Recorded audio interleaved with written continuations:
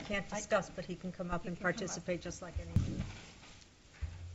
I'd like to, my name is Arthur Braun. I live at 850 Bell Lane, and I'm not going to speak either in favor or against the ordinance.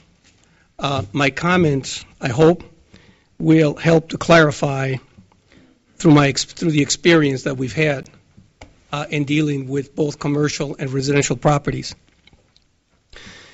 Whenever an owner builds a building or renovates the building, they have to do it in accordance to the code that particular municipality has. And there is inspections, and there's a whole series of events that have to take place before the property becomes applicable to be occupied. I believe that a property maintenance code has the function of maintaining that code as time passes by. Properties will deteriorate with time, and I believe that a property maintenance code has to deal with the physical condition of that property and strictly try to bring it up to the code that it was at when it was built. At least that's the way we've had the experience for 20 years with property maintenance code being the recipient of inspections and whatnot. I will also let you know that the applicable property maintenance code that we have dealt with has always been applicable to both residential and commercial. I will also have to tell you that in our particular case, probably 90% of the issues or inspections have been with residential properties and not with commercial, and the reason for that is that it has to deal with public safety and the welfare. Keep in mind that the purpose of the property maintenance code is to maintain the structures safe and habitable for the people that pay rent. At the same time, you should keep in mind that the relationship between the landlord and the tenant is not through the property maintenance code. It is through a landlord-tenant ordinance. The landlord-tenant ordinance governs what is the rights of the tenant and the obligations, as well as the rights and the obligations of the landlord. And that applies very much in line with a lease and will be usable in a court of law.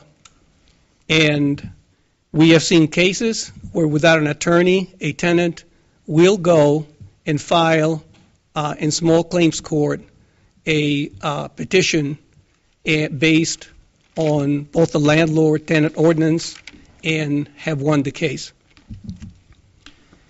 The property maintenance code is not an all solution. It is strictly looking at the physical condition of the building.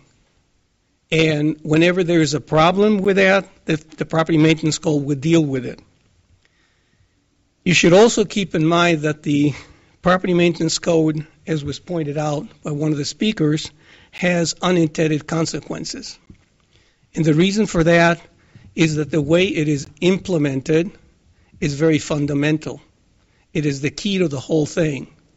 If you approve a maintenance code, property maintenance code, without some description of how it will be implemented, for example, will be based on regular inspections? Will it be based in every case where there is a lease so that there is protection for both landlord and tenant? If you apply it to only certain structures, I don't think you will be keeping in with the safety and the welfare of the people that are paying rent, as well as the landlords that have to provide that. I also believe that you have to make the property maintenance code, if you adopt it, applicable to Winnetka. Winnetka is a very unique city, unique village, forgive me, very, very unique. And the commercial buildings as well as the residential buildings are very, very unique. I think you should really pay attention to the fact that there are some unique situations in Winnetka and they should be dealt with. On the other side of the coin, you should look at the fact that every time you ask an owner to do something for the building, there's a cost involved. And you have to balance that with the safety of the building and what is really necessary to maintain the occupancy. I don't argue in favor or against, but I do believe that if you craft something that will be applicable to Winnetka and will take into account the cost and how it is implemented and goes in hand with a tenant landlord ordinance, you will probably have something that will really work for everybody's benefit. Thank you. Thank you, Arthur. All right.